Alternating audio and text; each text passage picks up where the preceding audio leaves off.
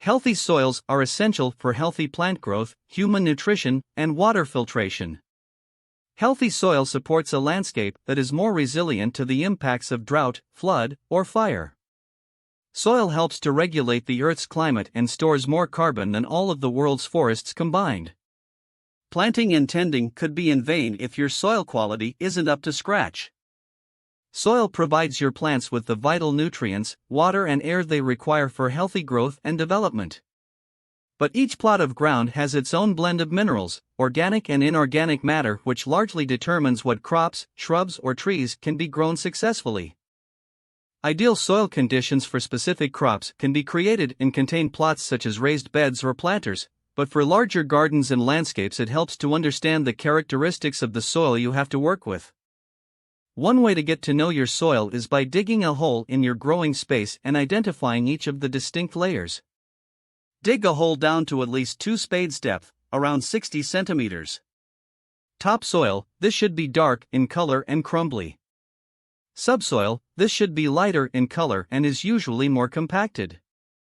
The 6 types of soil. There are 6 main soil groups: clay, sandy, silty, peaty, chalky and loamy. They each have different properties, and it is important to know these to make the best choices and get the most from your garden. Clay soil feels lumpy and is sticky when wet and rock hard when dry. Clay soil is poor at draining and has few air spaces. The soil will warm up slowly in spring and it is heavy to cultivate. If drainage for the soil is enhanced, plants will develop and grow well since clay soil can be rich in nutrients. What to grow in clay soils? Perennials and shrubs such as Helen's flower, aster, bergamot, flowering quince do well in clay soil. Early vegetable crops and soft berry crops can be difficult to grow in clay soil because of its cool, compact nature. Summer crop vegetables can be high-yielding, vigorous plants. Fruit trees, ornamental trees and shrubs thrive on clay soils. Sandy soil feels gritty. It drains easily, dries out fast, and is easy to cultivate. Sandy soil warms up fast in spring and tends to hold fewer nutrients as these are often washed away during wetter spells. Sandy soil requires organic amendments such as glacial rock dust, green sand, kelp meal, or other organic fertilizer blends. It also benefits from mulching to help retain moisture. What to grow in sandy soil? Shrubs and bulbs such as tulips, tree mallow, sunroses, and hibiscus like sandy soils. Root crops like carrots, parsnips, and potatoes favor sandy soils.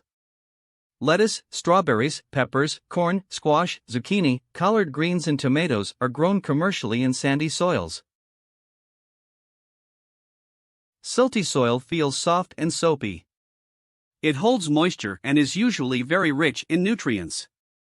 This type of soil is easily cultivated and can be compacted with little effort. It's a great soil for your garden if drainage is provided and managed.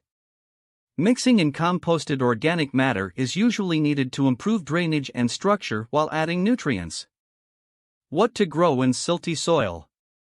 Shrubs, climbers, grasses and perennials such as Mahonia and New Zealand flax like silty soil. Moisture-loving trees such as willow, birch, dogwood and cypress do well in silty soils. Most vegetable and fruit crops thrive in silty soils, which have adequate drainage. Peaty soil is a darker soil that feels damp and spongy due to its higher levels of peat. It is an acidic soil which slows down decomposition and leads to the soil having fewer nutrients. The soil heats up quickly during spring and can retain a lot of water, which usually requires drainage. Drainage channels may need to be dug for soils with high peat content. Peat soil is great for growth when blended with rich organic matter, compost and lime to reduce the acidity. You can also use soil amendments such as glacial rock dust to raise pH in acidic soils. What to grow in peaty soil? Shrubs such as heather, lantern trees, witch hazel, camellia, rhododendron, and azalea. Vegetable crops such as brassicas, legumes, root crops, and salad crops do well in well-drained peaty soils. Chalky soil is larger grained and generally stonier compared to other soils. It is free-draining and usually overlays chalk or limestone bedrock. The soil is alkaline, which sometimes leads to stunted growth and yellowish leaves. Resolve this by using appropriate fertilizers and balancing the pH. Adding humus is recommended to improve water retention and workability. What to grow in chalky soil? Trees, bulbs, and shrubs such as lilac, weigela, Madonna lilies, pinks, mock oranges. Vegetables such as spinach, beets, sweet corn, and cabbage. Loamy soil, a relatively even mix of sand, silt, and clay, feels fine-textured and slightly damp. It has ideal characteristics for gardening, lawns, and shrubs. Loamy soil has great structure, adequate drainage, is moisture-retaining, full of nutrients, easily cultivated, and it warms up quickly in spring, but doesn't dry out quickly in summer. Loamy soils require replenishing with organic matter regularly and tend to be acidic.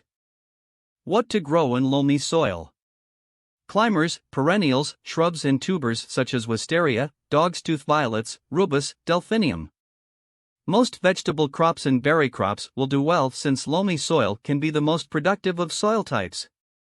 However, loamy soil requires careful management to prevent depletion and drying out.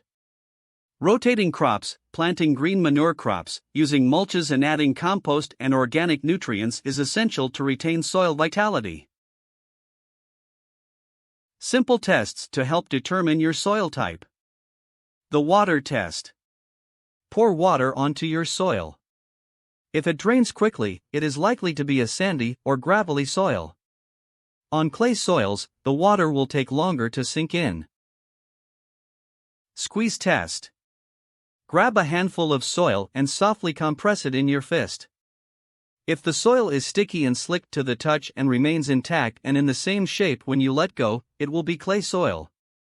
If the soil feels spongy, it's peaty soil. Sandy soil will feel gritty and crumble apart. Loamy and silty soils will feel smooth textured and hold their shape for a short period of time. Settle test. Add a handful of soil to a transparent container, add water, shake well, and then leave to settle for 12 hours. Clay and silty soils will leave cloudy water with a layer of particles at the bottom. Sandy soils will leave the water mostly clear and most of the particles will fall, forming a layer on the base of the container. Peaty soils will see many particles floating on the surface. The water will be slightly cloudy with a thin layer at the bottom. Soils that are chalky will leave a layer of whitish, grit-like fragments on the bottom of the container and the water will be a shade of pale gray. If the water is quite clear with layered particles on the bottom of the container with the finest particle at the top, this soil is likely to be a loamy one. The standard pH for soils usually ranges between 4.0 and 8.5. Plants favor soil which has a pH between 6.5 and 7 because this is the level where nutrients and minerals naturally thrive. You can buy a pH test kit from a local garden center. As a general rule, in areas with soft water you will have acid soil and hard water areas will tend to have alkaline soil. Soil test kit. Use a soil test kit to assess primary nutrients, NPK, as well as pH levels. By testing your soil, you determine its exact condition so you can fertilize more effectively and economically. Soil should be tested periodically throughout the growing season. Plants generally prefer neutral soil, but it's worth bearing in mind that some favor slightly acid or alkaline soils.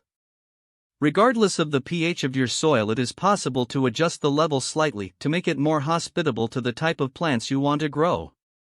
Remember, this is only temporary, so it's advised to make the most from the soil type you have.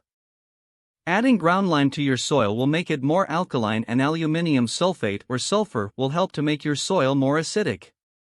If your soil is low in nutrients, like sandy soil, try supply it with organic matter such as compost and manure to enrich the soil and improve its texture.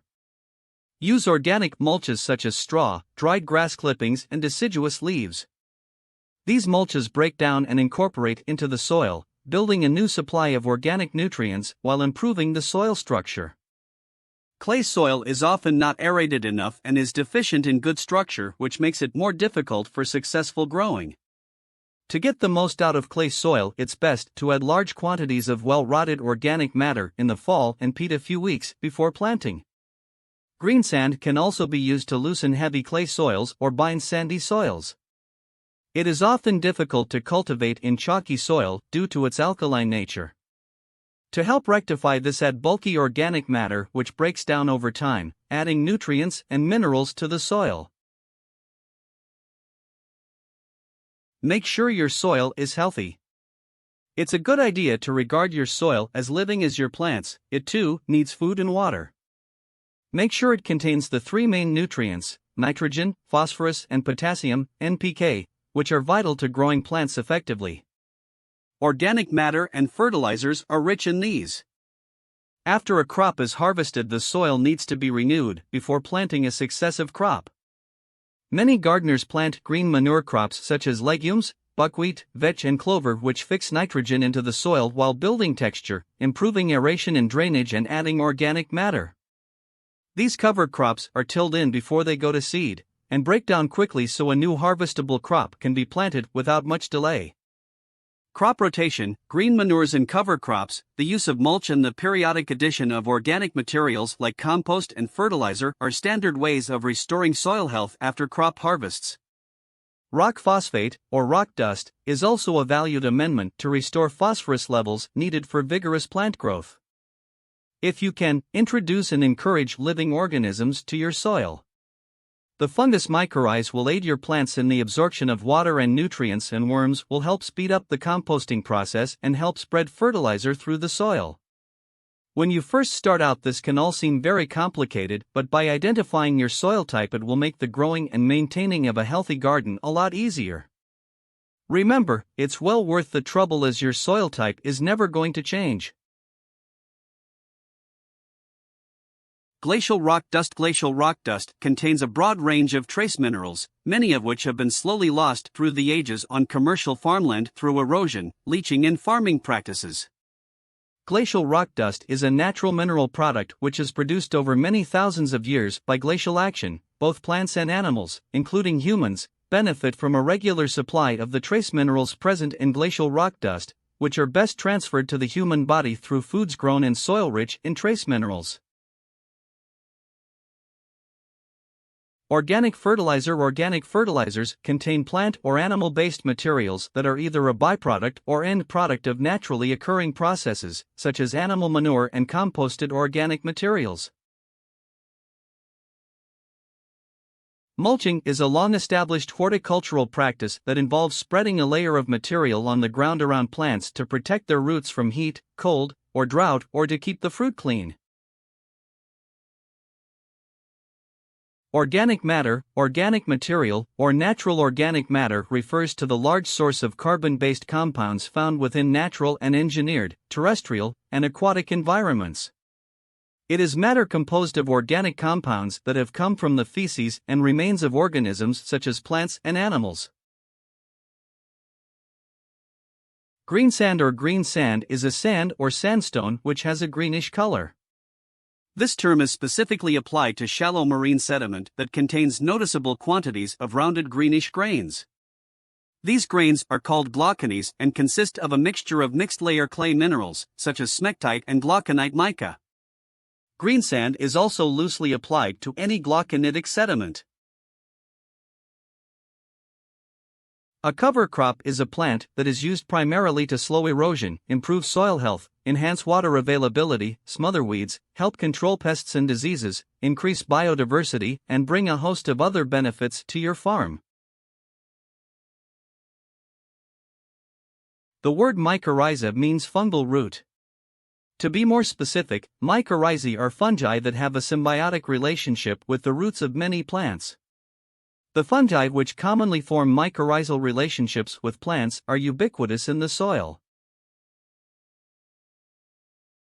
1. Test your soil using the methods in this module. 2. Document your process. 3. Using this guide, write down the vegetables best suited for your type of soil. Thank you for watching. I hope you enjoyed the educational information shared in this video. If you would like to see more content like Know Your Soil Module 1, please comment down below. Share your soil testing method with us and let's explore together. Don't forget to like and subscribe and click the bell icon for notifications on all my new content. Happy soil testing!